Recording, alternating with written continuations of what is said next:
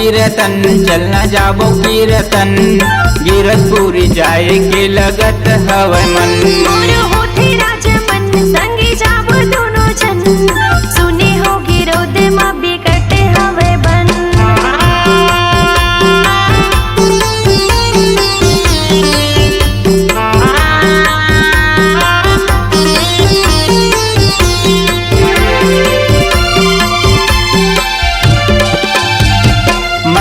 मनौती मना लेतिन वो घर के नारियल सुपारी। गुरु जी के दर्शन पा लेतिन हो जाके बाबा के दुआरी। चरण कुंड के पानी में वो निर्मल हो जाही तन, चरण कुंड के पानी में वो निर्मल हो जाही तन, काम नहीं आवे कोनो धन। मोर होठे राजमन संगे जाबो दोनों जन, सुने हो गिरोद मा बिकट हवै बन। चलना जाबो कीर्तन, चलना जाबो कीर्तन, गिरतपुरी जाए के लगत हवै मन।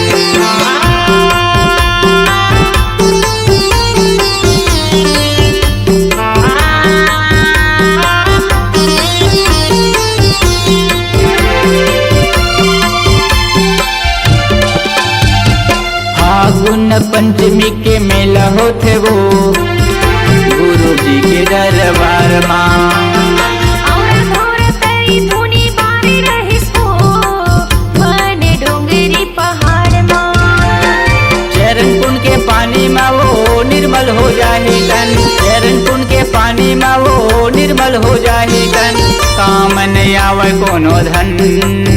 मोर होठे राजमन संगे जाबो दोनों जन, सुने हो गिरोद मा बिकट हवै बन। चलना जाबो कीर्तन, चलना जाबो कीर्तन, गिरतपुरी जाए के लगत हवै मन।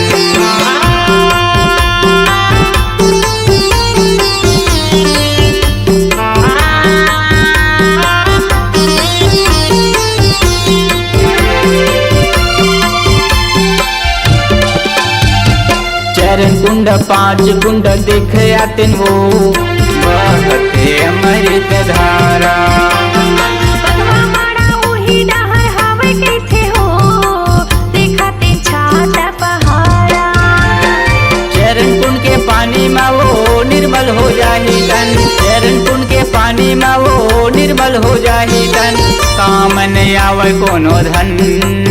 मोर होठे राजमन संगे जाबो दोनों जन, सुने हो गिरोद मा बिकट हवै बन। चलना जाबो कीर्तन, चलना जाबो कीर्तन, गिरतपुरी जाए के लगत हवै मन।